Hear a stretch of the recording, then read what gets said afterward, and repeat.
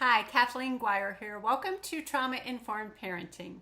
Last week I started a series called Trauma Informed Parenting 101, and I just did a little short introduction, like why would you need to get a trauma informed education and how do you go about that? So what I shared is the blueprint and why. So if you missed that one, you might want to go back and watch that. But I will start this video by going over the blueprint for what works in beginning your trauma-informed education. So what works is we have to start with reframing our beliefs. Then we have to make sense of and peace with our past, learn the science of how trauma affects our kiddos and those sorts of things, what works and what doesn't work. And we need to apply the science, and then we change the behavior, our behavior and our kiddos' behavior, and we have more peace in our homes. And like I said in the last video, this is the blueprint for my book, How to Have Peace When Your Kids Are in Chaos. So today I want to talk about reframing our beliefs. There's all kinds of beliefs that we have about ourselves and our parenting that may need some reframing. Sometimes we can get stuck in that traditional parenting rut where this is the way it's always been, it's my way or the highway, this is the way I was parented, and if I live through it, then they can live through it.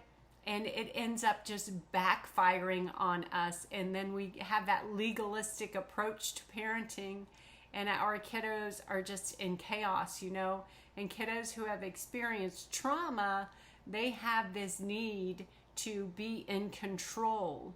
And so that's why one of the reasons why that trauma, that traditional parenting doesn't work, is we're being the ones we have to be completely in control, and the kiddo is looking for some sort of control, but really what they need is felt safety. But I'm getting off track a little bit. So we have to start with reframing our beliefs about our parenting or the way that we were parented, and sometimes our beliefs about ourselves being maybe we weren't valued, maybe we went through abuse or neglect.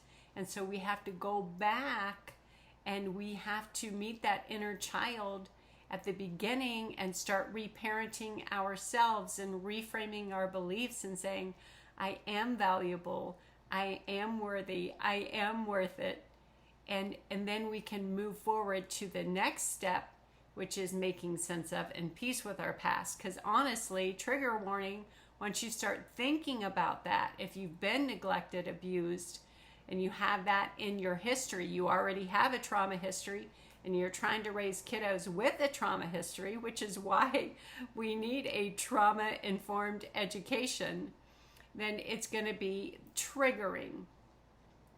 So just warning there. But it's important for us to do that in order to move forward in connecting more with our kiddos and getting to that level where we do have a lot more peace in our home.